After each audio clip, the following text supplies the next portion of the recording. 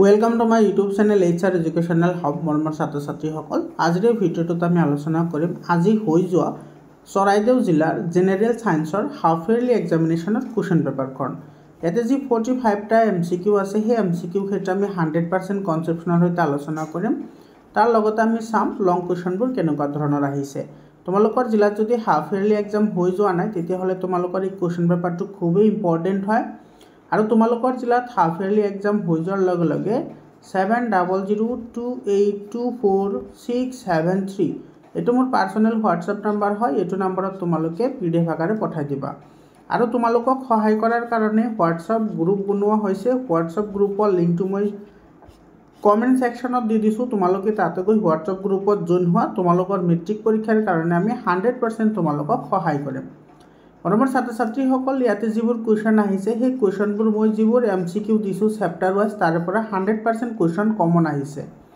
100% common আহিছে তোমালোকে PDF ফাইলবোৰ লৈ চাব পাৰা এতে সব প্ৰথম প্ৰশ্নটো আমাৰ কি কৈছে যে which of the following reaction can also be termed as thermal decomposition reaction কোনটো এটা তাপীয় বিযোজন বিক্ৰিয়া বুলি ক'ব পাৰি এটা সব থাৰ্মাল ডিকম্পোজিশন আমি কোনবোৰক কও যিবোৰ তোমাৰ কি হয় ডিকম্পোজিশন ৰিঅ্যাকশন হয় সেইবোৰক থাৰ্মাল ডিকম্পোজিশন বুলি কোৱা হয় গতিকে বি অপশনটো কি হ'ব কাৰেক্ট অপশন হ'ব 2 নম্বৰ কোৱেশ্চনটো চা কি কৈছে a research adds barium hydroxide to hydrochloric acid এটা তোমাৰ হাইড্ৰক্লোৰিক এসিড কাৰ লগত তোমাৰ যোগ কৰা হৈছে বেৰিয়াম হাইড্ৰক্সাইডৰ লগত যোগ কৰা হৈছে তেতিয়াহলে আমাৰ কি উৎপন্ন হ'ব বেৰিয়াম ক্লোৰাইড উৎপন্ন হ'ব আৰু ওয়াটাৰ উৎপন্ন হ'ব এটা তুমি এটো ব্যালেন্স কৰিব লাগে এটো ব্যালেন্স কৰিবলৈ হলে ইয়াতে তোমাৰ অক্সিজেন আছে কি এটা দুটা ইয়াতেও তোমাৰ অক্সিজেন আছে এটা গতিকে ইয়াতে তুমি দুই দিব লাগিব দুই দিয়াৰ লগে লগে সা হাইড্ৰোজেন চাৰিটা হৈ গল হয়নে এটা হাইড্ৰোজেন হল কেইটা চাৰিটা গতিকে ইয়াতে তোমাৰ কেইটা আছে ইয়াতে আছে তোমাৰ দুটা আৰু দুটা ইয়াতে তোমাৰ দুটা দুটা হৈ গল তো ইয়াতে তুমি দুই দিব লাগিব দুই দিয়াৰ লগে লগে ইয়াতে তোমাৰ ছয় ইয়াতে তোমাৰ বেৰিয়াম কেইটা আহি গল দুটা আহি গল হয়নে তো তোমাৰ ইয়াতে আচ্ছা তোমাৰ ইয়াতে ক্লোৰিনও আছে না গতিকে ইয়াতে আমি দুই দি দিও ইয়াতে দুই দিয়াৰ লগে লগে এটো আমাৰ ঠিক হৈ যাব গতিকে এটো আমাৰ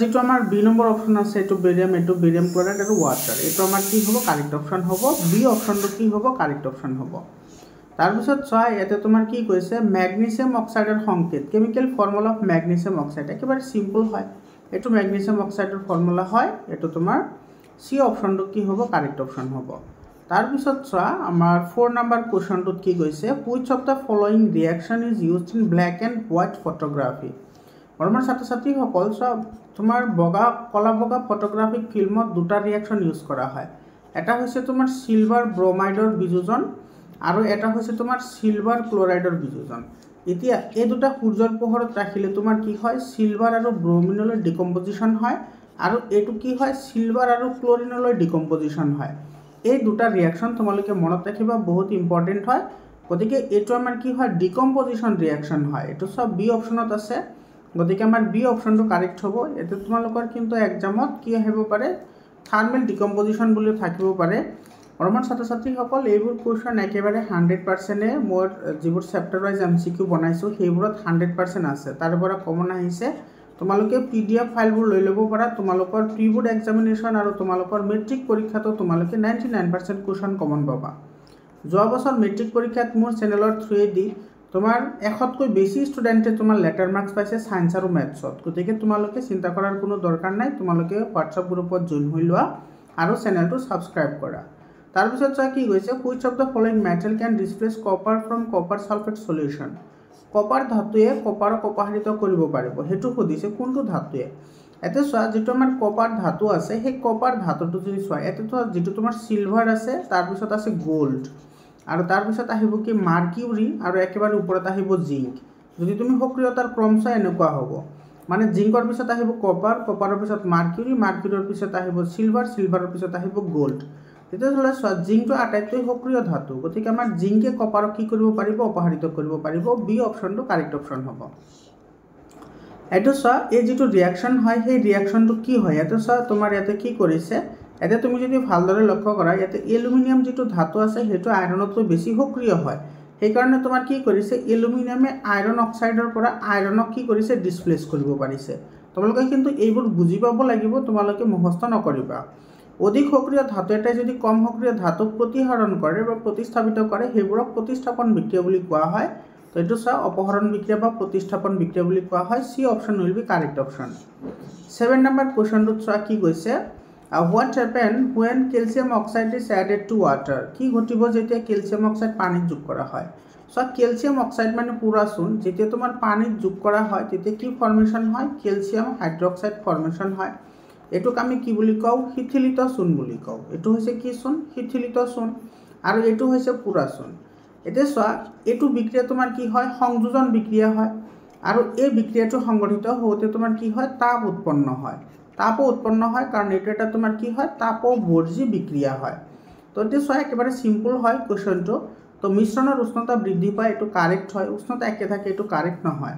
তাৰপিছত কেলছিয়াম হাইড্ৰক্সাইড উৎপন্ন হয়, এইটো কাৰেক্ট হয়, আৰু এইটো তাপগ্ৰাহী বিক্ৰিয়া, এইটো কাৰেক্ট নহয়। গতিকে এইটো তাপবৰ্জী হয় যিহেতু তাপ উৎপন্ন হয়। গতিকে 1 আৰু 3 কাৰেক্ট হ'ব। 1 and 3 কাৰেক্ট হ'ব। এইটো চোৱা কোনটো অপশ্যনত আছে, 1 and 3 ক'ত আছে, 1 and 3 এইটো এ নম্বৰ অপশ্যনত আছে। এ নম্বৰ অপশ্যনটো কাৰেক্ট অপশ্যন হয়।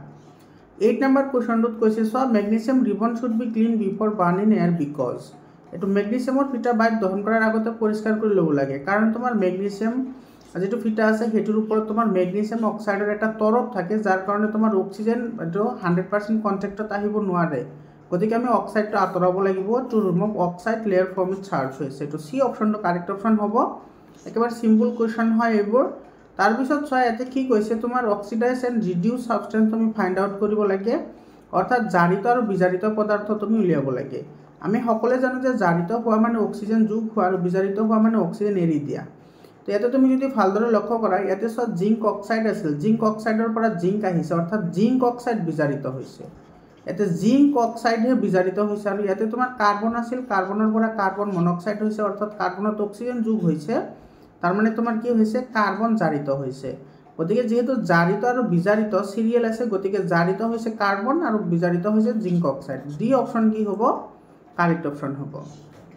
10 নম্বৰ কুৱেশ্যনটো চোৱা, which of the following is correct order for atomic radii of the element oxygen, fluorine and nitrogen. মৰমৰ ছাত্ৰ ছাত্ৰীসকল, এনেকুৱা ধৰণৰ কুৱেশ্যনো মই 100 বাৰ আলোচনা কৰিছোঁ, তোমালোকে ভিডিঅ'বোৰ চাই ল'ব পাৰা। ইয়াতে কৈছে যে তোমাৰ ফ্ল'ৰিন, অক্সিজেন, ফ্ল'ৰিন আৰু নাইট্ৰজেনৰ পাৰমাণৱিক ব্যাসাৰ্ধৰ সঠিক ক্ৰম কোনটো হ'ব। চোৱা যদি আমি আধুনিক পৰ্যায়বৃত্ত তালিকাৰ বাওঁফালৰ পৰা সোঁফালে যাওঁ, তেতিয়াহ'লে পাৰমাণৱিক ব্যাসাৰ্ধ লাহে লাহে কমে। আৰু তুমি যদি এইকেইটাৰ ক্ৰম চোৱা, তেতিয়াহ'লে তোমাৰ চোৱা ইয়াতে তোমাৰ একেবাৰে শেষত আহিব কোন, একেবাৰে শেষত আহিব তোমাৰ ফ্ল'ৰিন, তাৰপিছত আছে অক্সিজেন, তাৰপিছত আছে নাইট্ৰজেন। নাইট্ৰজেনৰ 7, 8 আৰু এইটো হৈছে কিমান 9। গতিকে এইটো আটাইতকৈ সৰু হ'ব, এইটো আটাইতকৈ সৰু হ'ব, কাতকৈ সৰু, অক্সিজেনতকৈ সৰু, তাৰপিছত আহিব নাইট্ৰজেন। গতিকে এইটো কি হৈ গ'ল, ফোন। এইটো ডি অপশ্যনত আছে, চোৱা ডি অপশ্যনটো কাৰেক্ট অপশ্যন হ'ব। একেবাৰে চিম্পল হয়। তাৰপিছত চোৱা ইয়াতে তোমাৰ কি কৈছে, 18তম বৰ্গৰ মৌলবোৰক কি নামেৰে জনা যায়। যিটো 18 নম্বৰ বৰ্গ আছে সেইটো হৈছে নোবেল গেছেছ বৰ্গ। এই নম্বৰ অপশ্যনটো কাৰেক্ট অপশ্যন হয়, মনত ৰাখিবা। আৰু যিটো ক্ষাৰ ধাতুৰ বৰ্গ সেইটো হৈছে তোমাৰ বৰ্গ নাম্বাৰ 1, আৰু যিটো হেল'জেন বৰ্গ আছে সেইটো হৈছে বৰ্গ নাম্বাৰ 17। মনত ৰাখিবা, এইবোৰ একেবাৰে চিম্পল কুৱেশ্যন হয়। তাৰপিছত 12 নম্বৰ কুৱেশ্যনটোত কি কৈছে চোৱা, which of the following option describe the achievement of Mendeleev's periodic table. মেণ্ডেলিভৰ পৰ্যাবৃত্ত তালিকাৰ সাফল্যৰ বিষয়ে বৰ্ণনা কৰে কোনে। চোৱা মেণ্ডেলিভৰ পৰ্যাবৃত্ত তালিকাৰ আটাইতকৈ ডাঙৰ যিটো সাফল্য আছিল সেইটো আছিল যে মেণ্ডেলিভে তোমাৰ ভৱিষ্যতবাণী কৰিছিল যে ভৱিষ্যতত আৰু মৌল সৃষ্টি হ'ব, আৰু সেই মৌলবোৰ ধৰ্মসমূহৰ ওপৰত ভিত্তি কৰি আমি সিহঁতক শ্ৰেণী বিভাজন কৰিব পাৰিম। সেইটো হৈছে মেণ্ডেলিভৰ আটাইতকৈ ডাঙৰ তোমাৰ কি সুবিধা। গতিকে সম্ভ্ৰান্ত গেছৰ ভৱিষ্যতবাণী কৰা নাছিল, সকলো মৌলৰ কাৰণেই কৰিছিল, আৰু তেওঁতো খালী ঠাই ৰাখি থৈ গৈছিল যাতে ভৱিষ্যতত আৱিষ্কাৰ হ'লে সেইবোৰ আমি কি কৰিব পাৰোঁ, তাতে স্থাপন কৰিব পাৰোঁ। কিন্তু ইয়াতে কৈছে চোৱা ইলিমিনেটেড দ্য ব্লেংক স্পেচ, গতিকে এইটোতো নহ'ব, বি নম্বৰটো নহয়। তাৰপিছত চোৱা চি অপশ্যনটোত কি কৈছে, চি অপশ্যনত কৈছে predicting that the element can be arranged based on their properties. এইটো চোৱা মৌলসমূহৰ ধৰ্মৰ ওপৰত ভিত্তি কৰি মৌলসমূহক আমি ব্যৱস্থা কৰিব পাৰি বুলি ভৱিষ্যতবাণী কৰিছিল। গতিকে চি অপশ্যনটো কাৰেক্ট হ'ব। 13 নম্বৰ কুৱেশ্যনটো চোৱা, 13 নম্বৰ কুৱেশ্যনত কি কৈছে, what is the order of metallic character down on the group. বৰ্গ এটাৰ তললৈ গ'লে ধাতৱীয় গুণৰ ক্ৰম কোনটো হয়। চোৱা যদি আমি বৰ্গ এটাৰ ওপৰৰ পৰা তললৈ আহোঁ, তেতিয়াহ'লে তোমাৰ কক্ষৰ সংখ্যা এটা এটাকৈ বাঢ়ে, কক্ষৰ সংখ্যা এটা এটাকৈ বাঢ়ে। কক্ষৰ সংখ্যা এটা চোৱা, এটা আছে, এটা আছে 2টা, এটা আছে 3টা। যদি কক্ষৰ সংখ্যা বাঢ়াৰ লগে লগে নিউক্লিয়াছ আৰু ইয়াৰ মাজৰ যিটো কাৰ্যকৰী নিউক্লিয় আধান আছে তাৰ মাজৰ দূৰত্ব বাঢ়ে চোৱা ইয়াৰ পৰা ইয়াৰ মাজৰ দূৰত্ব কম আৰু ইয়াৰ পৰা ইয়াৰ মাজৰ দূৰত্ব বেছি আছে গতিকে তোমাৰ কি হ'ব দূৰত্ব যিমানে বাঢ়িব আকৰ্ষণ বল সিমানে কম হ'ব হয়নে দূৰত্ব বাঢ়িলে আকৰ্ষণ বল কম হয় অৰ্থাৎ ইলেক্ট্ৰন সোনকালে এৰি দিয়ে আৰু ইলেক্ট্ৰন এৰি দিলে তোমালোকে জানা যিমানে সোনকালে ইলেক্ট্ৰন এৰি দিব সিমানে ধাতৱীয় গুণ কি হ'ব বৃদ্ধি হ'ব ধাতৱীয় গুণ কি হয় বৃদ্ধি হয় যদি ইলেক্ট্ৰন এৰি দিয়াৰ প্ৰৱণতাটো বাঢ়ে গতিকে তোমাৰ চোৱা এইটো ইলেক্ট্ৰন নিউক্লিয়াছৰ পৰা আঁতৰি যোৱাৰ বাবে ধাতৱীয় গুণ বৃদ্ধি পায় এইটো it increases as electron moves away from the nucleus এইটো বি অপশ্যনটো কি হ'ব কাৰেক্ট অপশ্যন হ'ব তাৰপিছত কুৱেশ্যনটো চোৱা মৰমৰ ছাত্ৰ ছাত্ৰীসকল ইয়াৰ আগতে যিখন ভিডিঅ' মই আপলোড কৰিছোঁ সেই ভিডিঅ'টোত সেই ভিডিঅ'ৰ পৰাই তোমাৰ 90% কুৱেশ্যন কমন আহিছে আৰু মই তোমাৰ প্ৰত্যেকটো চেপ্টাৰ ৱাইজ MCQ মই আপলোড কৰিছোঁ সেইবোৰৰ পৰাতো 100% কুৱেশ্যন কমন আহিছে কাৰণ সেইবোৰত মই এইবোৰ কুৱেশ্যন 100% আলোচনা কৰিছোঁ অলৰেডি আৰু এটা কথা তোমালোকে ভিডিঅ'বোৰ আগৰ ভিডিঅ'বোৰ চাবলৈ হ'লে তোমালোকে কিন্তু মোৰ ভিডিঅ'ৰ অটো ডাব সেকশনটো তোমালোকে চাই ল'বা কাৰণ ভিডিঅ'বোৰ অটোমেটিক্যালি ইংলিছত ডাব হৈ আছে তোমালোকে সেই ডাবটো চেঞ্জ কৰি ল'বা সেই ডাবটো চেঞ্জ কৰিলে তোমালোকে বুজি পাবা নহ'লে কিন্তু ইংৰাজীত আহিব ভিডিঅ'বোৰ এইবোৰ নাহে বাৰু এইবোৰত মই ঠিক কৰিছোঁ আগৰবোৰ চাই ল'বা এতিয়া চোৱা কি কৈছে N element X has the atomic number 9 এটা মৌল আছে যাৰ এটমিক নাম্বাৰ হৈছে 9 which period and group it can be placed in modern periodic table তেতিয়াহ'লে আধুনিক পৰ্যায়বৃত্ত তালিকাৰ কোনটো পৰ্যায় আৰু কোনটো বৰ্গত থাকিব একেবাৰে সিম্পল কোৱেশ্চন হয় চোৱা তুমি যদি পৰ্যায় চাব লাগে তুমি যদি কি চাব লাগে পৰ্যায় তেতিয়াহ'লে তুমি কি চাবা কেইটা কক্ষ আছে হেতু চাবা আৰু যদি তুমি বৰ্গ চাব লাগে তেতিয়াহ'লে কি চাবা যোজ্যতা কাৰণ যোজ্যতা একে হ'লে তোমাৰ বৰ্গ এটা হ'ব আৰু যদি কক্ষৰ সংখ্যা যিমানটা হয় পৰ্যায়ৰ সংখ্যাও সিমানে হয় গতিকে তুমি এই দুইটা বস্তু জানিবলৈ হ'লে তুমি জানিব লাগিব ইলেক্ট্ৰনীয় বিন্যাস কেনেকৈ লিখা হয় তো এইটো চোৱা 9 আছে তো ইলেক্ট্ৰনীয় বিন্যাস প্ৰথম কক্ষত আহিব দুটা দ্বিতীয় কক্ষত যাব 7টা গতিকে কক্ষ কেইটা হ'ল কক্ষ হ'ল দুটা গতিকে পৰ্যায় দুটা হ'ব পৰ্যায় 2 হ'ব পৰ্যায় 2 হ'ব তো এইটো চব পৰ্যায় 2 আছে আৰু তোমাৰ এইটো 7 আছিল চোৱা ইয়াতে 7 আহিছে 7 হ'লে তোমাৰ কি হয় অধাতু হয় তোমালোকে মনত ৰাখিবা যদি ধাতু হয় যদি কি হয় ধাতু হয় তেতিয়াহ'লে বহিঃতম কক্ষত ইলেক্ট্ৰন থাকিব এটা দুটা বা তিনিটা মনত ৰাখিবা যদি ধাতু হয় বহিঃতম কক্ষত ইলেক্ট্ৰন থাকিব এটা দুটা বা তিনিটা আৰু যদি অধাতু হয় তেতিয়াহ'লে বহিঃতম কক্ষত ইলেক্ট্ৰন থাকিব 0 তাৰপিছত থাকিব পাৰে 4 5 6 7 তো এইবোৰ থাকে তোমাৰ অধাতু হ'লে ইয়াতে 7 আছে তো অধাতু হ'লে পৰ্যায়বৃত্ত তালিকাৰ তোমাৰ কোনফালে থাকিব সোঁফালে থাকিব যদি সোঁফালে থাকে তেতিয়াহ'লে তোমালোকে চোৱা যেটো বৰ্গ আছে 18 17 16 15 হয়নে তো ইয়াৰে তোমাৰ যোজ্যতা 0 ইয়াৰে 1 ইয়াৰে 2 আৰু ইয়াৰে হৈছে 3 গতিকে চোৱা তোমাৰ যোজ্যতা কিমান আহিছে ইয়াৰে যোজ্যতা হ'ব 1 অধাতু হ'লে ইয়াৰে 8টা হ'বলৈ এটা লাগিব তো যোজ্যতা 1 হ'ব তো 1 হ'লে কোনটো বৰ্গত আহিব 17 নম্বৰ বৰ্গত আহিব হেতু চোৱা তোমাৰ এটো এ নম্বৰ অপচনতে আছে এটো বৰ্গ 2 আৰু পৰ্যায় 2 আৰু বৰ্গ 17 এ নম্বৰ অপচনটো কাৰেক্ট অপচন হ'ব তোমালোকক মই গোটেইখিনি কথা ক'লো আগৰ ভিডিঅ'টো মই আলোচনা কৰিছো তোমালোকে প্লেলিষ্টত গৈ ভিডিঅ'বোৰ চাই ল'ব পাৰা 15 নম্বৰ কোৱেশ্চনটোত চোৱা কি কৈছে ইয়াতে in a period of periodic table the atomic radii from left to right successively মৌলৰ পৰ্যায়বৃত্ত তালিকাৰ পৰ্যায়টাৰ বাওঁফালৰ পৰা সোঁফাললৈ পাৰমাণৱিক ব্যাসাৰ্ধ এতে সব বাওঁফালৰ পৰা সোঁফালে যদি যাও তেতিয়াহ'লে পাৰমাণৱিক ব্যাসাৰ্ধ লাহে লাহে কমিব কিহৰ কাৰণে কমিব কাৰণ তোমাৰ কাৰ্যকৰী নিউক্লিয় আধানৰ মান বাঢ়িব কাৰ্যকৰী নিউক্লিয় আধানৰ মান বাঢ়ে কাৰ্যকৰী নিউক্লিয় আধানৰ মান বাঢ়িলে আকৰ্ষণ বল বাঢ়ে আৰু আকৰ্ষণ বল বাঢ়িলে তোমাৰ আকাৰটো সৰু হয় তো এটো কমে তো বি অপচনটো কাৰেক্ট হ'ব The properties of elements change periodically with their atomic number. This law is called. এটো তো একেবাৰে সিম্পল কোৱেশ্চন হয় বাৰু মৌলৰ ধৰ্মবোৰ ইহতৰ পাৰমাণৱিক সংখ্যাৰ পৰ্যায়ক্ৰমে সলনি হয় এটো হৈছে আধুনিক পৰ্যায়বৃত্ত তালিকাৰ সূত্ৰ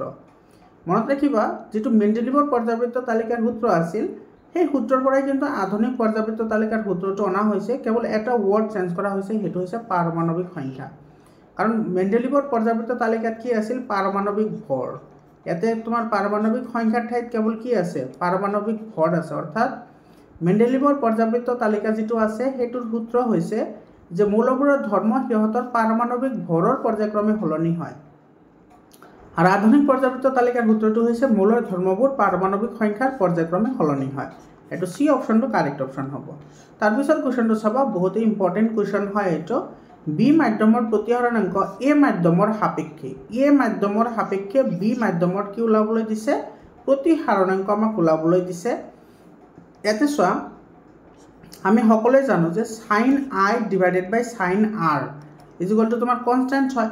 এটা ভ্যালু পুট কৰি দিয়া আৰামছে আহি যাব। এইটো চোৱা এ সাপেক্ষে কিন্তু গৈছে, এ মাধ্যমৰ সাপেক্ষে গৈছে, গতিকে এইটো হ'ব তোমাৰ angle of incident. Angle of incident হ'ব এইটো, অৰ্থাৎ এংগল অফ ইনসিডেন্ট কিমান আছে 60 ডিগ্ৰী, অৰ্থাৎ তোমাৰ আপতন কোণ 60 ডিগ্ৰী আছে। আৰু তোমাৰ এইটো হ'ব প্ৰতিহৰণ কোণ, অৰ্থাৎ R কিমান ডিগ্ৰী আছে 45 ডিগ্ৰী। এইটো তুমি বুজি পাব লাগিব কোনটো মাধ্যমৰ সাপেক্ষে গৈছে। যেহেতু এ মাধ্যমৰ সাপেক্ষে বি গৈছে সেইকাৰণে আমাৰ এইটো হ'ব আই এংগল, এইটো হ'ব আৰ এংগল। বুজি পাইছানে? এতিয়া তুমি ফৰ্মুলাত বহাই দিয়া। ফৰ্মুলাটো কি আছিল sin I ডিভাইডেড বাই কি আছিল sin R। sin I গতিকে এইটো আহিব তোমাৰ sin 60 ডিগ্ৰী আৰু এইটো আহিব তোমাৰ কিমান sin 45 ডিগ্ৰী। sin 60 ডিগ্ৰীৰ ভ্যালু কিমান? sin 60 ডিগ্ৰীৰ ভ্যালু হৈছে তোমাৰ √3/2 আৰু sin 45 ডিগ্ৰীৰ ভ্যালু হৈছে 1/√2। গতিকে ইয়াতে যিটো আমাৰ √3/2 এইটো মাল্টিপ্লিকেশ্যনৰ ফৰ্মত লিখিলে উলটি যাব, উলটি যোৱাৰ লগে লগে এইটো তোমাৰ ওপৰত যাব, হয়নে? √2 ওপৰত যাব। এতিয়া চোৱা এইটো √3 লিখিলোঁ, ইয়াতে 2টোক আমি √2 ইনটু √2 লিখিব পাৰোঁ ইনটু √2। এটা √2 কেঞ্চেল যাব, থাকিব √3/2। এইটো এ নম্বৰ অপশ্যনটো কি হ'ব কাৰেক্ট অপশ্যন হ'ব। অলপমান ছাত্ৰ ছাত্ৰীসকল এইখিনি তোমালোকে জানাই, যেটো চোৱা √2 ইনটু √2 মানে কি √2 হোল স্কয়াৰ, √2 হোল স্কয়াৰ হ'লে স্কয়াৰ ৰুট কেঞ্চেল কৰি থাকিব 2, সেইকাৰণে লিখিলোঁ যাতে কেঞ্চেল আউট হয়। গতিকে এই নম্বৰ অপশ্যনটো কাৰেক্ট অপশ্যন হ'ব। তাৰপিছত কুৱেশ্যনটো চোৱা ইয়াতে কি কৈছে 18 নম্বৰ কুৱেশ্যনটো চাবা, which is correct in case of convex mirror। উত্তল দাপনৰ ক্ষেত্ৰত কোনটো সত্য? উত্তল দাপনৰ ক্ষেত্ৰত তোমাৰ সদায় অসত আৰু থিয় হয়, এইটো কাৰেক্ট হয়। Image formed in convex mirror always virtual হ'ব, এইটো কাৰেক্ট হয়। তাৰপিছত কৈছে তোমাৰ in case of convex mirror image distance is always positive, এইটো কাৰেক্ট হয়। কিহৰ কাৰণে পজিটিভ হয়?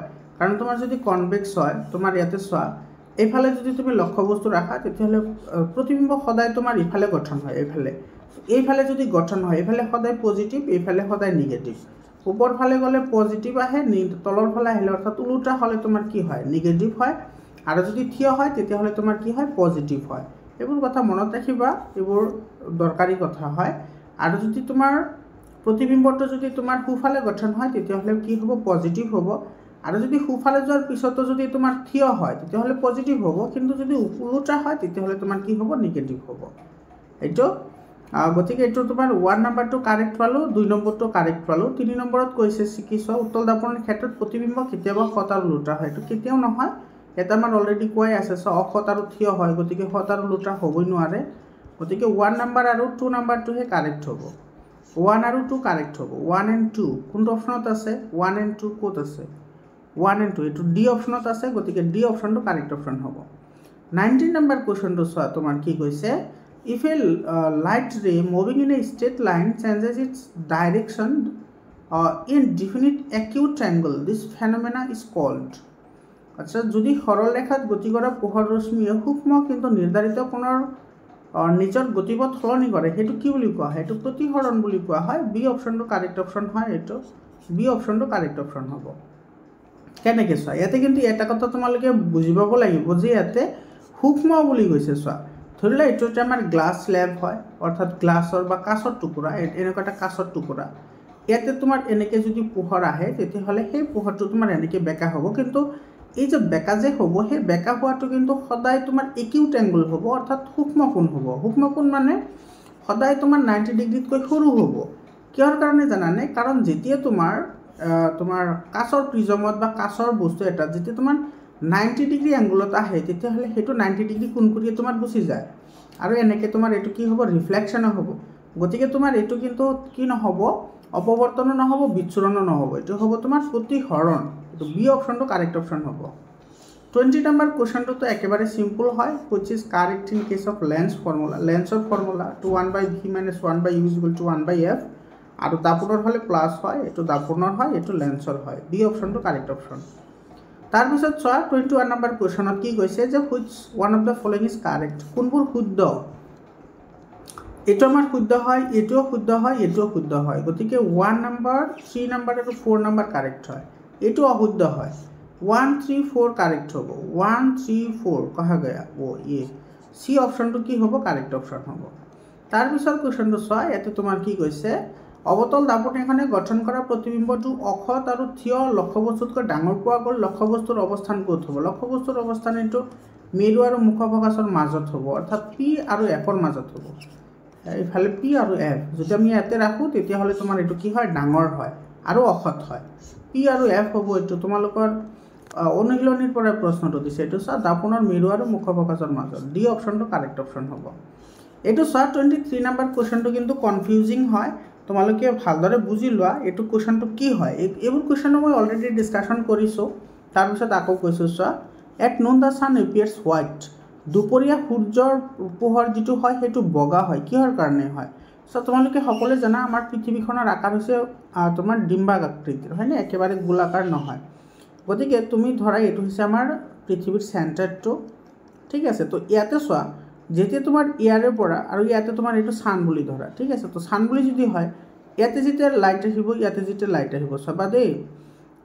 এতিয়া ইয়াতে তোমাৰ কি হয়? দুপৰীয়া হয়, ইয়াতে তোমাৰ আবেলি হয়। এতিয়া ইয়াতে তোমাৰ ডিষ্টেঞ্চটো কি হয়? বেছি হয়। ইয়াতে তোমাৰ ডিষ্টেঞ্চটো কি হয়? কম হয়। অৰ্থাৎ তোমাৰ ৰাতি কি কয় দুপৰীয়াৰ ভাগত সূৰ্যটো আমাৰ একেবাৰে মূৰৰ ওপৰত থাকে, সেইকাৰণে তোমাৰ অধিক কি কৰে? কম দূৰত্ব অতিক্ৰম কৰে। সেইকাৰণে তোমাৰ কি হয়? আমাৰ সূৰ্যৰ পোহৰটো বগা দেখা যায়। এইটো এ নম্বৰ অপশ্যনটো কাৰেক্ট হ'ব। এৰে কিন্তু তোমাৰ কিছুমানে এইটো দিব পাৰা যে তোমাৰ দিনৰ ভাগত নীলা পোহৰৰ বিক্ষেপণ বেছি হয় কাৰণে বগা দেখা যায়, সেইটো নহয়। এইটো কিন্তু তোমাৰ এ নম্বৰ অপশ্যনটোৱে কাৰেক্ট হ'ব। এ নম্বৰ অপশ্যনটো কাৰেক্ট হ'ব। 24 নম্বৰ কুৱেশ্যন চোৱা, এইটো মিলাবলৈ দিছে। চোৱা the human eye forms image of an object at its, মানুহৰ চকুৱে প্ৰতিবিম্ব গঠন কৰে ক'ত? এইটো ৰেটিনাত গঠন কৰে। চকুৰ জিয়ংগৰ ক্ৰিয়াৰ বাবে চকুৰ লেন্সৰ ফকাছ দৈৰ্ঘ্য সলনি হয়। এইটো চিলিয়াৰী মাছলছ হয়, চিলিয়াৰী পেশী, হয়নে? Focal length and eye lens is caused by the action of the ciliary muscles. আৰু বগা পোহৰক উপাংশৰ ৰংবোৰলৈ পৃথকীকৰণ কৰা কি বুলি কোৱা হয়? বিচ্ছুৰণ বুলি কোৱা হয়।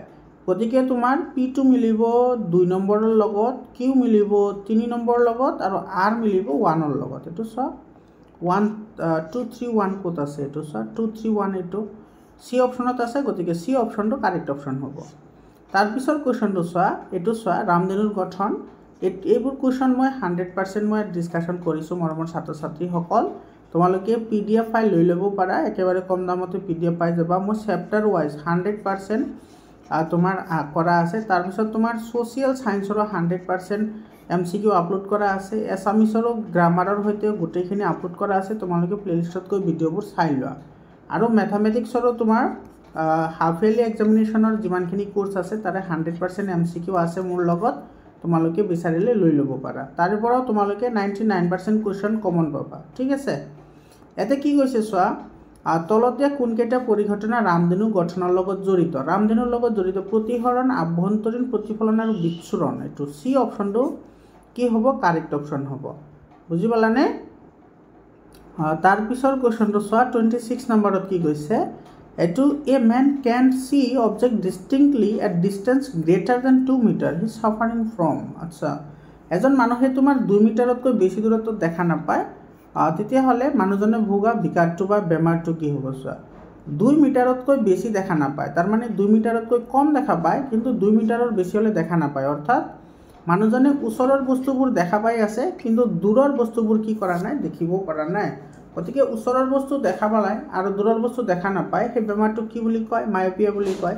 এইটো বি অপশ্যনটো কাৰেক্ট হয়। আৰু মায়োপিয়াৰ উল্টা হৈছে হাইপাৰমেট্ৰপিয়া। মনত ৰাখিবা, হাইপাৰমেট্ৰপিয়া হ'লে তোমাৰ কি হয়? দূৰৰ বস্তু দেখা পায় কিন্তু ওচৰৰ বস্তু দেখা নাপায়। তাৰপিছত প্ৰশ্নটো চোৱা, এইটো একেবাৰে চিম্পল কুৱেশ্যন হয়। কোনটো কাৰেক্ট হয়? এইটো কাৰেক্ট হয়, এইটো কাৰেক্ট। বি অপশ্যনটো কাৰেক্ট হ'ব, এইবোৰ কাৰেক্ট নহয়। তাৰপিছত প্ৰশ্নটো চোৱা, ইয়াতে তোমাৰ এছাৰশ্যন আৰু ৰিজনিঙৰ কুৱেশ্যন দিছে। চাবা এছাৰশ্যন আৰু ৰিজনিঙৰ কুৱেশ্যনত কি কৈছে? 28 নম্বৰত কৈছে যে আপতিত কোণ প্ৰতিফলন কোণৰ সমান। এইটো কাৰেক্ট হয়। The angle of incident is equal to that of angle of reflection. এইটো কাৰেক্ট হয়।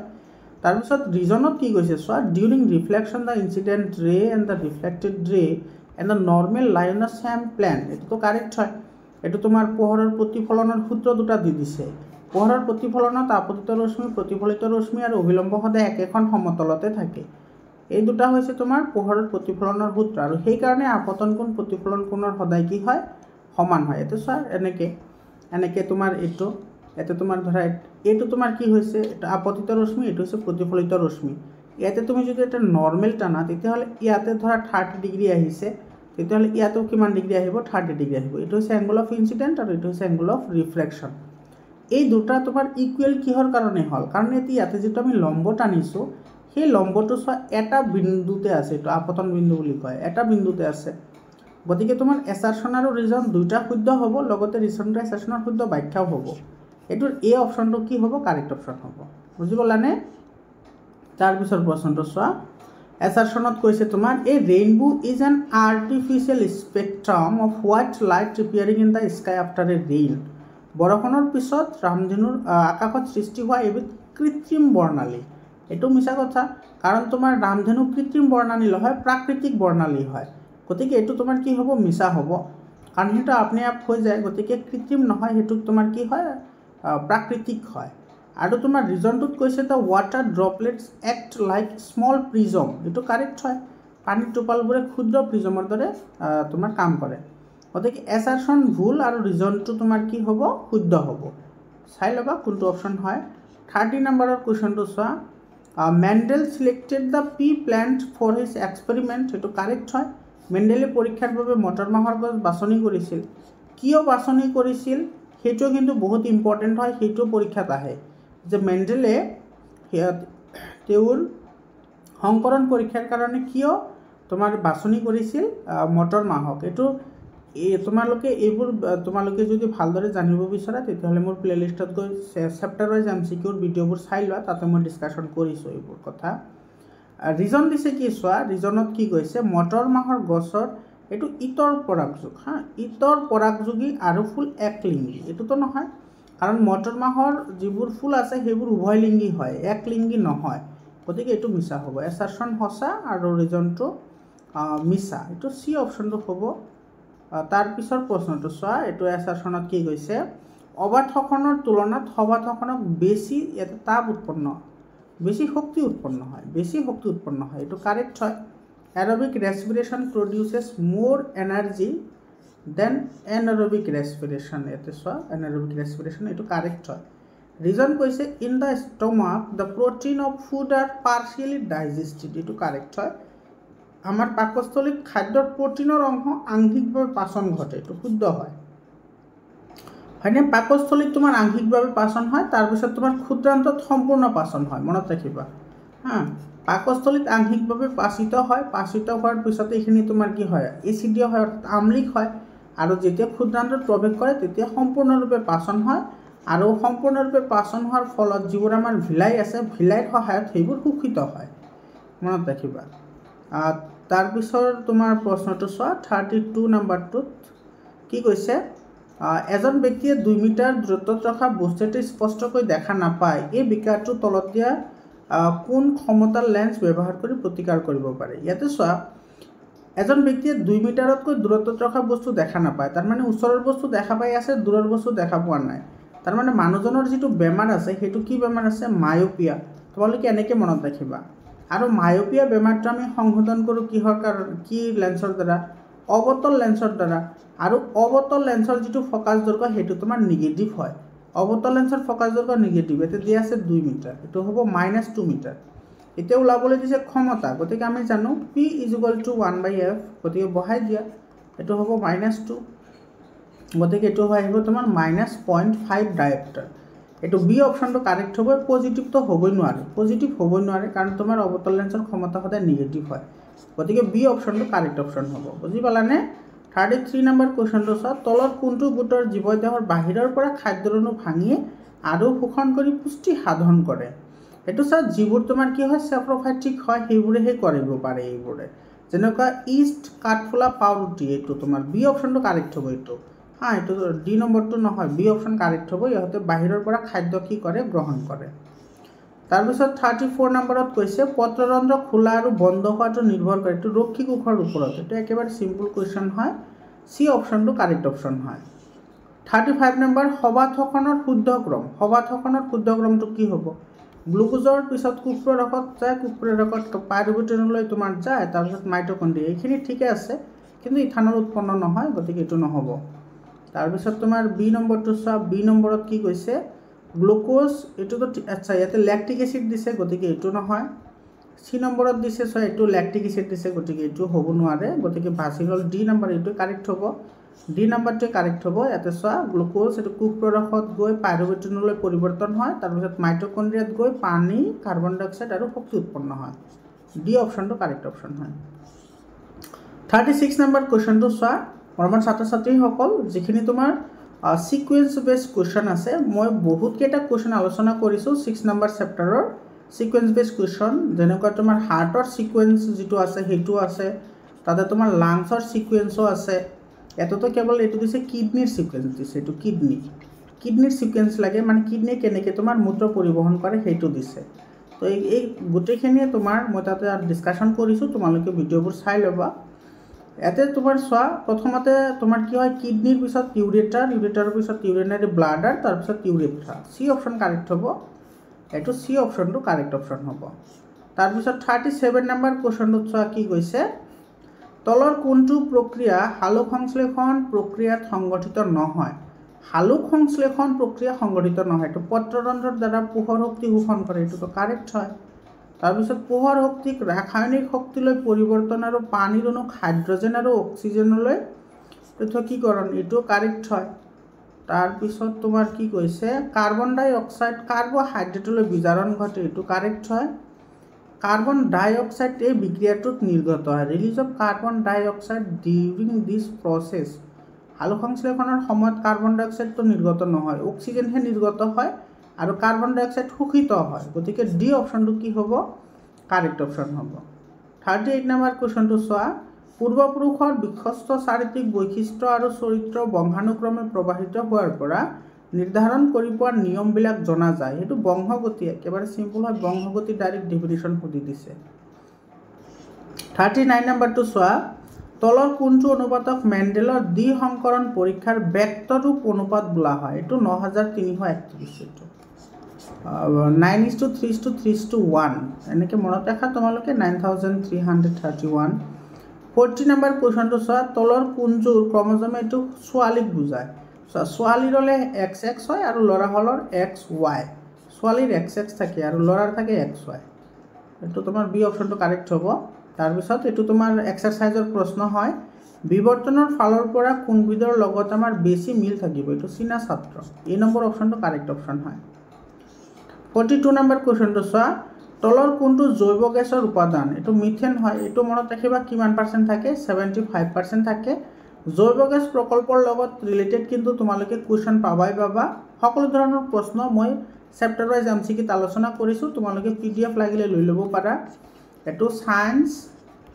ম্যাথছ সোশ্যাল সায়েন্স আৰু এছামিছ এই চাৰিটা সাবজেক্টৰ 100% চেপ্টাৰৰ পিডিএফ আছে তোমালোকৰ লাগিলে লৈ লবা তাৰে পৰা তোমাৰ 99% কোৱেশ্চন কমন পাবা তোমালোকে গোটেই গেটা ঠিক আছে তাৰ পিছত তোমাৰ চোৱা 43 নম্বৰত কৈছে তলৰ কোনটো জীৱভৰ শক্তিৰ উৎস নহয় জীৱভৰ শক্তিৰ উৎস নহয় কোনটো এটো তোমাৰ গোবৰ গেছ হয় কয়লাও হয় কাঠো হয় কিন্তু নিউক্লিয়াৰ শক্তিটো নহয় এটো তোমাৰ ডি অপচনটো কাৰেক্ট হ'ব ডি অপচনটো কাৰেক্ট হ'ব এতে চোৱা তোমালোকে ভাবিব পাৰা যে কয়লা এটো তো জীৱাশ্মজাত ইন্ধন হয় কিন্তু এটো তোমাৰ জীৱভৰ হয় কেনেকৈ জীৱভৰ হয় এটো কিন্তু নৱীকৰণ অযোগ্য হয় বুজি পাইছা জীৱাশ্মজাত হয় কিন্তু নৱীকৰণ অযোগ্য হয় আৰু জীৱভৰ হয় কাৰণ কয়লা তোমাৰ কিহৰ পৰা হয় কয়লা হয় গছগছনিৰ পৰা কয়লা গছগছনিৰ পৰা হয় আৰু গছগছনিৰ পৰা হলে হেতুক আমি জীৱভৰ বুলি কওঁ জীৱভৰ মানে কি জীৱভৰ মানে হৈছে তোমাৰ গছগছনি থাকিব নহলে তোমাৰ কি থাকিব প্ৰাণীৰ অংশ গছগছনিৰ অংশ নাইবা প্ৰাণীৰ অংশ থাকে বুজি পালানে তাৰ পিছত প্ৰশ্নটো চোৱা 44 নম্বৰটো একেবাৰে সিম্পল কোৱেশ্চন হয় সৌৰকোষ ফলকত নিৰ্মাণ তলৰ কোনটো ধাতু ব্যৱহাৰ কৰা হয় সিলিকন কেতিয়াবা তোমাৰ ইয়াতে ধাতু নিদি কিন্তু অৰ্ধ ধাতু বা ধাতু কল্পও দিব পাৰে তোমালোকে মনত ৰাখিবা দেই অৰ্ধ ধাতু বা কেতিয়াবা তোমাৰ কি কৰে ধাতু কল্পও লিখি দিয়ে তোমালোকে কিন্তু আকৌ ই নহবা কাৰণ তোমাৰ সিলিকন এটা ধাতু কল্পও হয় গতিকে সি অপচনটো কাৰেক্ট হ'ব 45 নম্বৰ কোৱেশ্চনটো চোৱা এনেকুৱা ধৰণৰ কোৱেশ্চনত বেছি কনফিউজন হোৱা দেখা যায় যেনেকৈ এই ষ্টুডেণ্টজনে কৰিছে চোৱা এতে তোমাৰ কৈছে যে তলৰ কোনটো পৰম্পৰাগত শক্তিৰ উৎস নহয় নহয় বুলি কৈছে চাবা সৌৰ শক্তিটো নহয়, এইটো অপৰম্পৰাগত শক্তিৰ উৎস হয়। বায়ু শক্তি অপৰম্পৰাগত শক্তিৰ উৎস হয়, জীৱাশ্ম ইন্ধনটো তোমাৰ পৰম্পৰাগত হয়, গতিকে এইটো নহ'ব। আৰু নিউক্লিয়াৰ, গতিকে তোমাৰ 1, 2 আৰু 4 হ'ব। 1, 2, 4 এইটো চোৱা চি অপশ্যনত আছে, গতিকে চি অপশ্যনটো কি হ'ব আমাৰ কাৰেক্ট অপশ্যন হ'ব। বুজি পালানে? মৰমৰ ছাত্ৰ ছাত্ৰীসকল, এইখিনি আছিল MCQ। তোমালোকে ভিডিঅ'টো কেনেকুৱা পালা তোমালোকে কমেণ্ট কৰি জনাবা। আৰু ইয়াতে চোৱা যিবোৰ তোমাৰ ইয়াতে কুৱেশ্যন আহিছে, সেই কুৱেশ্যনবোৰৰো মোৰ 100% ছায়েন্সৰ, মেথছৰ, ছ'চিয়েল ছায়েন্সৰ আৰু এছামিছৰ সলিউশ্যন আছে, চেপ্টাৰ ৱাইজ আছে। এইবোৰ তোমাৰ তাৰে পৰা 100% কুৱেশ্যনে কমন আহিছে। গোটেইখিনি চোৱা ইয়াতে একেবাৰে তোমাৰ চিম্পল কুৱেশ্যন আহিছে। তোমালোকে এইটো ভালদৰে প্ৰেক্টিছ কৰিবা, তোমালোকৰ বাৰুকৈ সহায়ক হ'ব। মৰমৰ ছাত্ৰ ছাত্ৰীসকল, এইটো মোৰ নাম্বাৰ হয় 7002824673। এইটো নম্বৰত তোমালোকে তোমালোকৰ জিলাত এক্সাম হৈ গ'লে কুৱেশ্যন পেপাৰৰ PDF আকাৰে মোক এইটোত পঠাই দিবা, ঠিক আছে? আৰু তোমালোকে হোৱাটছআপ গ্ৰুপত জইন হ'বলৈ নাপাহৰিবা। হোৱাটছআপ গ্ৰুপৰ লিংকটো মই কমেণ্ট ছেকশ্যনত দি দিছোঁ। আৰু তোমালোকে চেনেলটো ছাবস্ক্ৰাইব কৰিবা, কাৰণ এডুকেশ্যন ৰিলেটেড সকলো ধৰণৰ ইনফৰমেশ্যন পাবা। আৰু মেট্ৰিক পৰীক্ষাৰ কাৰণে তোমালোকক মই 100% প্ৰিপাৰেশ্যন কৰাম। আৰু এটা ইনফৰমেশ্যন, তোমালোকে যদি আজমল ছুপাৰ 40 যদি এণ্ট্ৰেন্স এক্সাম দিব বিচৰা, তেতিয়াহ'লে মোৰ চেনেলৰ থ্ৰুৱেদি তোমালোকে কৰিব পাৰিবা। গতিকে চেনেলটো ছাবস্ক্ৰাইব কৰি হোৱাটছআপ গ্ৰুপত জইন হোৱা। মোৰ ছাত্ৰ ছাত্ৰীসকল, আজিৰ কাৰণে এইখিনিয়ে। আকৌ লগ পাম বেলেগ এটা ভিডিঅ'লৈ। ধন্যবাদ।